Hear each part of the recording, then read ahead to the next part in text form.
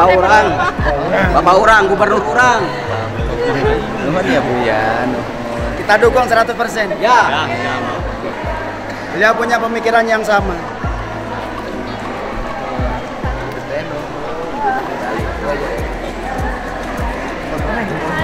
Silakan Bapak orang, gubernur orang.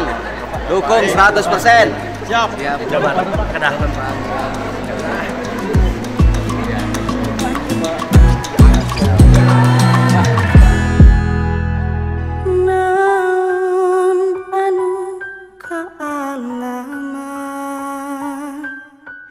Jalan hirup rak lakonan rahayu panuntun indung ngadekeun lembur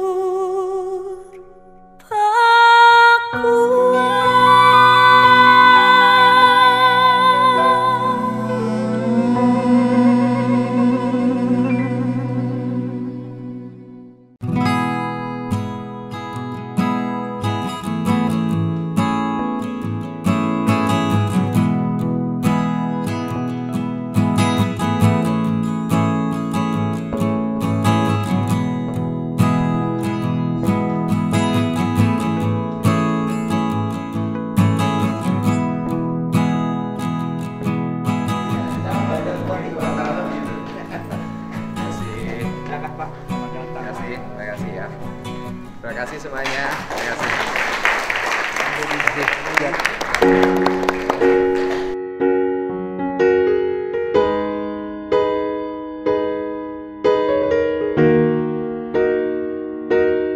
Terima kasih. Sampurasun. Saya sangat berbahagia siang hari ini bisa bertemu dengan tokoh-tokoh spiritual. Kalau di Indonesia tokoh spiritual disebutnya dukun. Padahal spiritualitas itu esensi dari agama. Karena agama kehilangan spiritualitasnya sama dengan bertuhan kehilangan Tuhan. Saya hari ini mohon maaf sok sibuk ya. Padahal saya ini pengangguran. Dan kemarin saya sempat menjadi pengacara, pengangguran banyak acara. Langkah-langkah hidup saya itu tidak pernah punya rencana. Saya orang yang tidak pernah selama ini tidak pernah punya catatan. Saya tidak pernah mempersiapkan sesuatu sebelum bicara. Biarkan alam yang menuntun saja. Kalau dipersiapkan lebih dahulu nanti tidak up to date dengan apa yang saya rasakan hari ini. Saya orang yang dalam setiap waktu, baik secara personal maupun memimpin lembaga, dulu pernah jadi bupati, pernah jadi anggota DPR RI, itu semuanya hanya mengandalkan rasa sebagai intuisi utama bagi kehidupan. Sehingga kalau saya mengatakan apa sih yang hilang dalam perspektif beragama kita hari ini, hilangnya rasa. Karena hilangnya rasa, hilangnya cinta. Karena hilangnya cinta, maka hilanglah kebahagiaan. Jangan-jangan orang yang berkumpul di gereja juga tidak bahagia. Nah, kalau esensi agama itu adalah hilangnya adalah cinta, rasa dan bahagia, maka pertanyaan besar itu adalah agama itu adalah urusan berorganisasi atau urusan individu. Agama itu hak apa kewajiban? Nah, karena agama itu dalam pandangan saya sebagai orang Sunda bilang agama itu ageman. Karena ageman adanya dalam jiwa. Karena ageman sifatnya privacy, sangat rahasia. Gak boleh orang ngorek-ngorek ageman saya. Yang punya ageman itu maka harus punya isim. Ini penting, saya ngomongnya dari Sunda aja. Maka orang punya ageman itu dia punya isim. Nah, isim itu adanya di rasa, di jiwa, di ruh yang paling dalam hidup kita. Kalau dalam teologinya adalah di langit yang ketujuh. Problemnya adalah ketika isim disimpangkan oleh perdukunan, maka isim itu dibuat dalam sabuk. Ini isim untuk kebal peluru, sabuk. Isimnya jadi terlihat. Yang dimana-mana kalau isim disimpan disimpan jadi sabuk, jadi ikat kepala, jadi baju, jadi rompi, sudah bukan isim lagi. Di mana-mana SIM card itu di dalam handphone, bukan di luar handphone. Nah, isim dan SIM card itu kan satu kesatuan nilai dalam cara pandang. Satu menggunakan pendekatan saintik, yang satu menggunakan pendekatan metafisik. Kan yang saintik juga tidak bisa dilihat tapi dirasakan. Tetapi itu ada teorinya, ada tahapan pengetahuannya. Tapi kalau yang metafisik itu spiritualitas, pendekatannya yang sangat beda. Yang satu mengandalkan cara baca sebagai bentuk cara untuk melakukan pendalaman ilmu sehingga masuk dalam kategori ilmuwan dan akademisi. Yang satu menggunakan rasa. Kan itu bedanya. Nah, sehingga saya kalau katakan bahwa beragama itu adalah berorganisasi, pertanyaannya adalah kenapa berdoa itu selalu merem yang paling busuk? Kan berdoa yang paling dekat, yang paling busuk, yang paling utama dalam hidup itu kan kalau sudah memejamkan mata. Orang yang memejamkan mata itu orang yang mencapai pada puncak kenikmatan hidup. Ya sudahlah, suami istri lagi asik-asiknya kan matanya gini-gini ya terus. Nggak pernah gini. Tepuk tangan dong. Bahkan saya selalu sampai pada sindiran, kalau kamu punya pasangan, kamu sedang birahi di situ, dan pasangan kamu tidak merem, itu pasangan kamu mengalami kelainan jiwa. Kenapa? Itu lagi memikirkan orang lain. Ya kan kenikmatan hidup itu yang tertinggi kan tidur, Pak. Ya kan? Orang yang tidur nyenyak itulah orang yang paling nikmat dalam hidupnya. Orang yang tidak bisa tidur itu orang yang paling menderita. Yang penderitaan manusia yang tertinggi itu ketika sulit tidur, Pak. Boleh dicek. Jadi kalau kita lihat tukang beca duduk tidur nyenyak tiap hari, jangan-jangan spiritualnya lebih tinggi dari pendeta.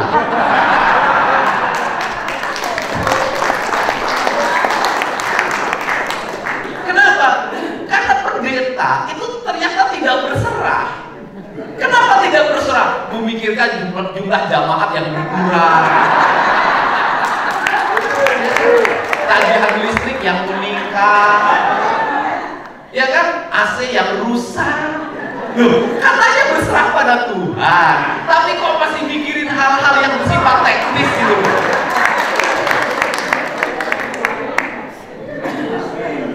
Ya saya kalau mau kritik gereja kan nggak akan dilaporin ke Polda. Kenapa? Loh, bagi saya pendeta atau apapun kan status sosial. Pertanyaannya adalah apakah spiritualitas ada tingkatannya? Kan tidak. Yang berhak meletakkan spiritualitas dalam tingkatannya hanya Tuhan. Tidak bisa dilabelkan pada label-label kemanusiaan, label sosial, nggak bisa. Jadi kalau ada pendeta yang salah, ya wajar, karena kalimat pendeta status sosial, bukan status spiritual. Waduh.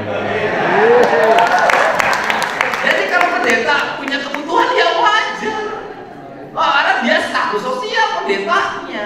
Pendeta itu kan menurut kesepakatan jamaat yang diorganisir dalam organisasinya GBI. Kalau di mata Tuhan kan nggak ada GBI.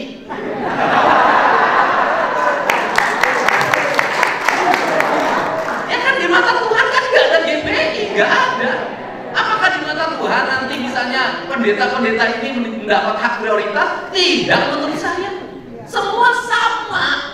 Maka tingkatan langit itu kan tingkatan di dalam jiwa kita. Nah, kalau tingkatannya di dalam jiwa kita, maka doa yang terbaik itu dalam kesendirian. Jadi jangan dimarahin orang tidak pergi ke gereja. Kenapa? Dia lagi menikmati kehusuan hidup dalam kesendiriannya. Justru karena masuk gereja jadi tambah kepusingan hidupnya. Ya pendetanya dari semua. Kan tidak boleh dong kita menuduh. Kan tidak boleh juga, oh dia tidak ke gereja, tidak beriman, kata siapa? Gitu kan, tidak boleh juga. Kenapa? Karena kita tidak diberikan hak prerogatif oleh Tuhan untuk menghakimi manusia. Nah, karena itu adalah bersifat hak, gitu kan, dan itu bersifat pribadi, maka agama tidak akan melahirkan konflik. Nah, pertanyaannya, kenapa agama berkonflik ketika diorganisir? Pertanyaannya adalah, hari ini konflik antar agama tidak ada. Yang ada adalah konflik antar organisasi agama. Kalau bicara konflik, jangankan antar organisasi, di internal organisasi keagamaan ada rebutan tahta kekuasaan.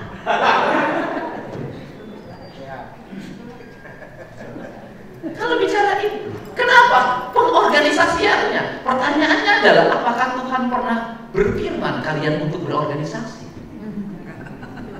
Kan tidak. Tuhan itu hanya meminta kita semua untuk menuju jalan kebenaran.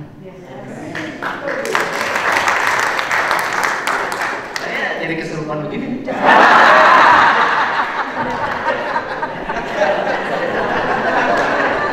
Ini kalau ada saya terus begini, orang bubar lama-lama.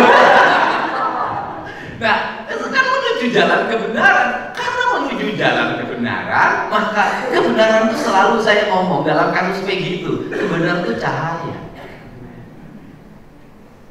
Dalam kaidah agama Islam, maka cahaya itu nur, wahyu yang diberikan pada nabi, pada manusia, ilham gitu. Nah, kata orang Sunda disebutnya pulung. Pulung itu apa? Cahaya. Nah, dalam teologi, saya kan orang kebudayaan, dalam teologi Sunda itu pulung itu turunnya di mana? Gitu loh. Pulung itu turunnya di Galunggung, karena teologi ajaran Sunda itu selalu bertuhan itu adalah gunung. Karena makanya alam-alamnya, alam ketuhanan itu disebutnya alam Parahyangan. Untung ada Universitas Parahyangan, jadi masih ada ikatannya. Itu pinternya teman-teman Katolik itu. Pinter, jadi dia sangat pintar mengadaptif setiap kebudayaan. Saya paham itu. Nah, kemudian alam Parahyangan itu alam dulu. Nah, lambangnya apa? Gunung kok. Gunung itu cirinya apa sih? Gunung itu bentuknya adalah kerucut. Ke bawah makin besar, ke atas makin kecil, dan sampai pada satu titik. Yang di bawahnya besar dengan keragaman, maka ritualitasnya gunung itu dilambangkan dengan apa? Dengan tradisi menanak nasi. Maka dikenal asepan. Betulnya begini, maka sampai hari ini saya masih bertradisi itu. Saya bolehlah kayak orang di medsos segala macam, saya ini masih itu tradisi saya. Nah, di asepan itu begini, ke atasnya lancip. Nah, kenapa? Dan prosesnya adalah proses pendakian. Dari sekian banyak manusia yang mendaki gunung itu, hanya beberapa orang yang sampai ke puncak. Maka cerita itu ada dalam cerita wayang yang menceritakan Pandawa itu berjalan menuju nirwana, dan yang sampai hanya Dharma Kusuma, yang lainnya tidak sampai. Dan ketika di nirwana dia bertemu dengan anjing. Cerita. Nah, karena itu menuju ke puncak itu, kan kita ini mendaki. Nah, karena kita ini mendaki, maka pendakian personal kita itulah yang akan sampai pada puncak ketuhanan. Dan jangankan kita bicara tentang alam setelah kematian, alam di dunia aja rasa kita bisa merasakan pendakian itu. Nah, karena kemudian siapa yang akan mendapat pulung itu? Yaitu manusia yang sampai pada puncak. Siapa yang mendaki puncak itu? Yang mendaki puncak itu adalah, kata orang Sunda, Galunggung itu adalah Galuh anu Agung. Galuh itu apa? Kerajaan besar di tanah Sunda yang pertama. Galuh itu apa? Galuh. Galuh itu apa? Kalau pohon itu tengahnya. Manusia. Galuh itu apa artinya? Rasa, jiwa, hati, cinta. Jadi, siapakah yang akan sampai pada puncak Galunggung itu? Yaitu mereka yang mendapat pulung. Siapa yang mendapat pulung itu? Yang punya kebersihan hati, yang punya kebersihan jiwa. Maka orang lain, teman-teman di agama lain menyebutnya moksa. untuk menuju nirwana. Sampai pada puncak jiwa itu, orang Sunda itu mendapat kalimat berikutnya lagi. Siapa yang bersih jiwanya? Mereka yang celik putih, celak herang, caang bulan, opat belas, jalan gede, sasapuan. Apa celik putih, celak herang itu? Tidak ada dalam hatinya itu kebencian, tidak ada dalam hatinya permusuhan, dalam hidupnya selalu berprasangka baik pada kita. Nah kita ini susah, Pak. Gimana? Untuk menuju ibadah aja kita masih jangan-jangan dia merebut kekuasaan saya. Nah orang yang celik putih celak herang itu nggak bisa jadi tentara, jadi intel, nggak bisa, karena hidupnya nggak punya rasa curiga. Ya, rumah nggak dikunci. Kenapa? Orang sudah nggak punya rasa curiga, hidupnya sudah berpasrah. Ya kita ini rumahnya nggak bertuhan, rumahnya digembok, dikunci pakai anjing. Nah berarti kita lebih mempercayakan pada anjing dibanding pada Tuhan. Kita harus jujur-jujuran aja. Kau mau kan dari agama manapun yang sampai pada tingkat spiritualitas itu tidak ada yang ditakuti. Kenapa? Tidak, karena di rumahnya tidak ada apa-apa kecuali kita. Ya kan? Kenapa tidak ada rasa takut? Tidak punya apapun kecuali kita, kecuali satu jubah untuk dia beribadah. Dia tidak punya apapun karena seluruh kebutuhan yang lain yang orang punya itu tidak dibutuhkan bagi dia untuk bercengkrama dengan Tuhannya. Dan gimana? Kan kalau spiritualitas sampai itu, kalau belum sampai itu masih perlu mobil, perlu istri cantik, ya sudahlah, jangan aku spiritualitas lah. Kan jangan nanggung hidup ini. Ya kita ini ya udah, kita ini di dunia, kita ingin di dunia bersenang-senang, kemudian masuk akhirat, nanti masuk surga. Kan begitu keinginannya. Gimana mencapai itu? Hidup itu kan pilihan pada itu. Nah, karena ingin mencapai pada puncak itu sudah, maka ya kan si putih caang bulan 14 hidupnya dalam panduan. Siapa yang memandunya? Purnama. Kenapa tidak Tuhan langsung? Cahayanya terlalu besar, tak akan mampu. Nabi Musa pun pingsan di bersinar. Cukup oleh purnama saja. Karena cahaya matahari bagi kita tidak cukup, malah jadi berbahaya. Matahari kan terlalu terang, terlalu panas. Sehingga kalau kita ingin menggunakan cahaya matahari secara langsung, kamu terbakar. Gak cukup ilmumu untuk sampai itu. Tingkatannya masih tingkatan manusia, bukan tingkatan nabi. Nah, maka cukup bulan lah. Cukup bulan. Karena bulan itu ada keindahan, ada kedamaian, ketentraman. Ya kan? Bulan itu selalu diharapkan oleh perempuan. Perempuan dalam setiap bulan selalu ingin datang dan gelisah perempuan yang belum bersuami kalau telah bulan. Ketawa ya. Maaf, saya tidak akan mengganggu kekuasaan Bapak. Nah, itu. Jadi karena bulan, karena purnama, maka purnama itu yang memandunya. Caang bulan 14, jalan gede, sasapuan. Maka jalannya jalan yang lurus. Nah, karena itu jalan yang lurus, jalan gede, sasapuan. Artinya apa? Manusia yang mulia itu adalah yang membukakan jalan bagi orang lain yang dalam keadaan kebingungan. Manusia yang paling mulia itu adalah yang membukakan jalan bagi orang lain yang dalam keadaan kegelapan. Manusia yang paling mulia itu adalah yang menuntun orang lain yang dalam keadaan kesusahan. Amin. Maka teori tentang, saya menyebutnya Nabi Isa alaihissalam, kan sama, mendarma baktikan kalau orang Sunda bilang. Jadi enggak, dharma itu kedudukannya tinggi, Pak. Karena apa? Kalau kita ini kan hari ini beramal, kalau beramal itu selalu ingin ada kembaliknya. Kan kita mencintai. Karena mencintai kita tidak berharap apapun dong. Karena kita sudah menjadi budak, hamba, kita menjadi kambing, ada yang mengembalanya. Ya sudah, kita berserah saja, terserah Tuhan saja. Maka dalam kaidah para sufi di Islam, orang-orang yang sampai ke sufi tidak berharap surga kok. Dia hanya berharap cinta. Karena cinta lebih tinggi derajatnya dari surga. Buat apa kita punya suami hanya dikasih duit tapi tidak dikasih cinta? Merana, tetap cari suami lain.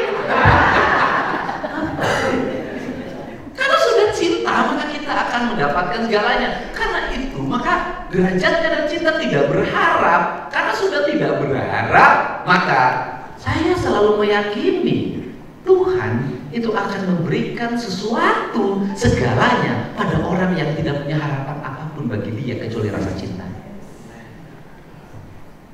Kita ini manusia, saya itu merasakan. Saya ini orang yang dalam setiap hari dikit-dikit suka beri. Rasa saya itu beda. Kalau orang datang berharap ya segini. Kalau orang datang tidak berharap, saya lebih dari siapapun saya kasih. Kenapa? Anda datang ke saya dengan cinta bukan dengan harapan untuk diberi. Nah, teori itu kan ada. Nah, karena ini adalah jalan, ya kan, beragama. Nah, sehingga bagi saya hidup ini jalan yang terbaik adalah menyelesaikan problem orang-orang susah. Nabi apapun berpihak pada orang-orang susah, mendekati orang kaya untuk membebaskan orang miskin. Bukan terbalik, tokoh agama satunya sama orang kaya terus. Tapi sama orang miskinnya nggak pernah dekat atau mengiyakan apapun yang dilakukan oleh orang kaya. Orang kaya babat hutan diiyahin, orang kaya gusur orang miskin diiyahin, uang hasil gusurannya nanti disumbangin buat pembangunan tempat ibadah. Kemana kita berdua? Nah, kan pemberhalaan itu adalah penyembahan pada batu, pada sesuatu yang mati. Jangan-jangan berhala itu hadir dalam bentuk ruang-ruang yang dianggap oleh kita ruang ibadah. Jangan-jangan kalau lihat kita itu. Nah, karena itu adalah membebaskan dari kesusahan, saya itu. Nah, makanya yang saya jalani dalam setiap hari dengan tuduhan pada saya, Deddy Mulyadi itu agamanya nggak jelas. Bagi saya, ya tidak apa-apa. Karena bagi saya, esensi beragama adalah manfaat hidupnya bagi kemanusiaan. Berperang atas nama agama, membunuh atas nama agama, menghancurkan orang lain atas nama agama, sesungguhnya dia tidak beragama. Nah, karena ini yang menjadi jalannya, maka apa sih pandangan agama hari ini? Yang pandangan agama hari ini adalah agama harus hadir menyelesaikan problem sosial publik. Jangan terus-terusan kita ribut di perebutan tempat ibadah. Bagaimana problem sosial publik? Lihat Bekasi dong. Bagaimana sampahnya yang sudah menjadi candi terbesar. Saya kemarin itu naik pesawat dan Susi Air dari Pangandaran ke Halim. Saya pandang ke bawah, itu Bantar Gebang tumpukan sampahnya itu sudah seperti gunung piramida. Bayangin peradaban kita di sebuah negara yang religius itu. Orang religius nyelesain sampah saja nggak bisa. Artinya bahwa sampah itu adalah problem keagamaan. Masa nanti kita ditertawakan Fir'aun? Fir'aun bisa membuat piramida yang sampai hari ini memiliki citra rasa estetika dan ciri dari arsitektur berkelas pada zaman. Padahal Fir'aun dalam setiap hari dicaci maki di mimbar-mimbar. Sedangkan kita yang mencaci maki Fir'aun dalam setiap hari berhasil membuat menara sepi dari sampah plastik. Loh, mari kita introspeksi. Loh, problem kita hari ini adalah tingkat emosi kita tinggi di jalan, dikejar orang marah. Problem kita yang problem hari ini adalah pada lingkungan kita bertetangga. Makanya kalau kira-kira menonjolkan agama menimbulkan konflik dalam bertetangga, kenapa agama tidak dulu ditonjolkan? Lebih baik tonjolkan saja hubungan kemanusiaannya dibanding agama. Saya ketika jadi bupati menganggap bahwa beragama adalah hak setiap orang, dipandu menuju jalan Tuhan setiap orang. Saya tidak tanggung-tanggung itu. Kenapa? Di setiap sekolah saya hadirkan para pembimbing agama di seluruh agama.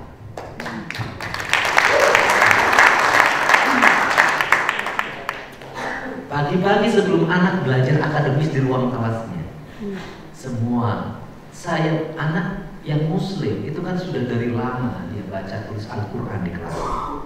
Tapi saya ingin membuat keadilan. Anak yang Kristen, yang Protestan, yang Katolik, saya hadirkan para pendampingnya. Saya buatkan ruang-ruang spiritualnya dalam setiap pagi. Jadi mereka ke gereja bukan seminggu sekali, mereka ke gereja setiap hari. Kenapa kita tidak cerdas membaca itu? Yang penghujung pun saya siapkan. Pendampingnya saya, semuanya saya berikan insentif dari pemerintah daerah. Kenapa? Apakah ribut yang di Purwakarta itu? Tidak. Damai. Tenang. Ribut kapan? Awalnya. Dan keributannya sudah luar biasa. Kalau bicara moderasi, saya tuh pernah mobil saya hancur dilemparin dan saya mau dibunuh oleh 25 orang pembedak. Saya ngalamin itu. Nah, seluruh rangkaian yang bawa pedang itu apa? Politik. Politik apa? Pilkada. Kalah calonnya. Kan kita bisa dilihat, kalau tokohnya didukung, masuk gereja tidak ada masalah. Kan nggak ada masalah juga.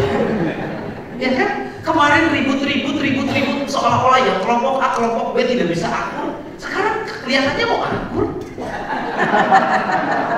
Jadi kita memberikan penyadaran pada publik, kamu jangan lagi mau dipolitisi saya agama atas nama Tuhan segala macam. Mereka itu suatu saat kalau sudah dianggap tidak butuh lagi mempolitisasi itu, judulnya beda, mereka akur lagi.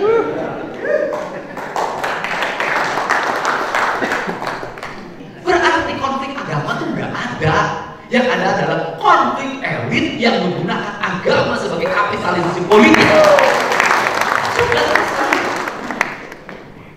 Untuk itu ya mudah-mudahan saja nih yang pilkada ke depan itu bisa menyelesaikan seluruh problem itu. Kita bosen, kasihan. Mereka juga nemuin pendeta kan waktu butuh, saya juga tahu.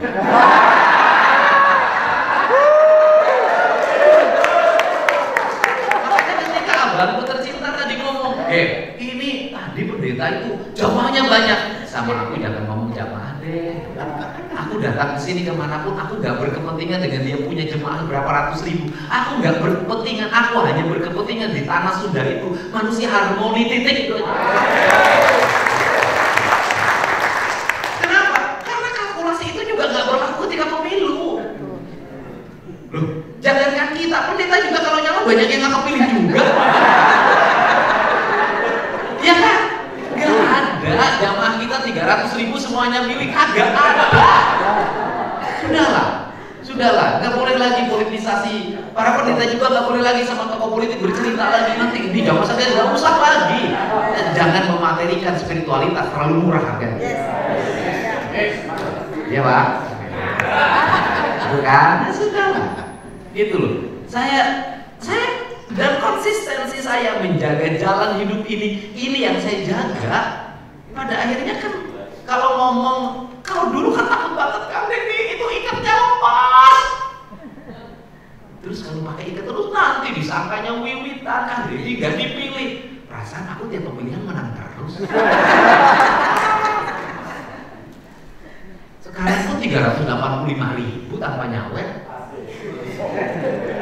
Ya kalau kasih amplop pada tim kan wajar. Ya, pemimpinnya nggak punya perasaan, orang datang ke rumahnya pulangnya nggak diongkosin, gimana sih? Belum jadi aja udah pelet, apalagi udah jadi. Ya kan?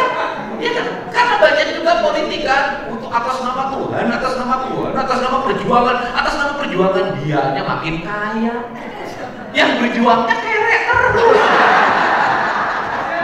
Kita ini berjuang demi agama kita ini. Kamu nambah istrinya, nambah rumah, nambah mobil. Orang yang anak buahnya yang berjuangnya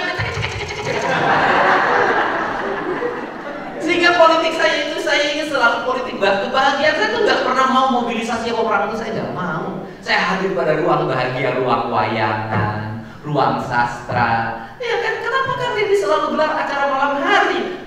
Kalau siang orang kerja. Orang kerja kita harus mikirin dia nggak kerja itu ongkosnya berapa. Kalau malamnya cukup sama artis lawak ketawa-ketawa, kenapa? Karena esensi beragama bagi saya itu bahagia. Karena di surga itu tidak ada yang marah-marah.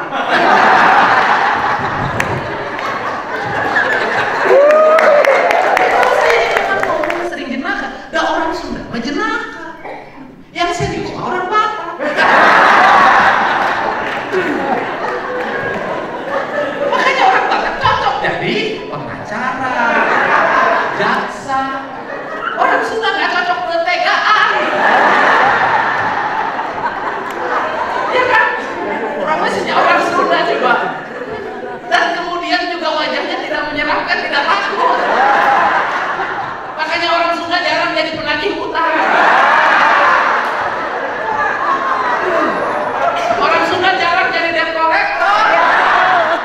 Gimana? Begitu datang mengambil motor, ternyata istrinya anaknya lagi sakit, nggak jadi. Mau datang lagi ngambil bank emok, nagih lagi nangis, nggak jadi. Makanya saya ini dari dulu itu bukan tipe untuk jadi pengusaha. Kenapa? Saya tuh bisa mengumpulkan tapi nggak bisa menyimpan. Nggak bisa, saya itu hitung-hitungan tuh nggak bisa. Udahlah, kalkulasi rezeki itu Allah yang ngatur. Sudah, rezeki akan hadir dari mana pun. Ngapain hitung-hitungan? Ya kan, kalau hidup ini masih hitung-hitungan, tidak memiliki kepercayaan terhadap kemahakarya, kemaha kekuasaan.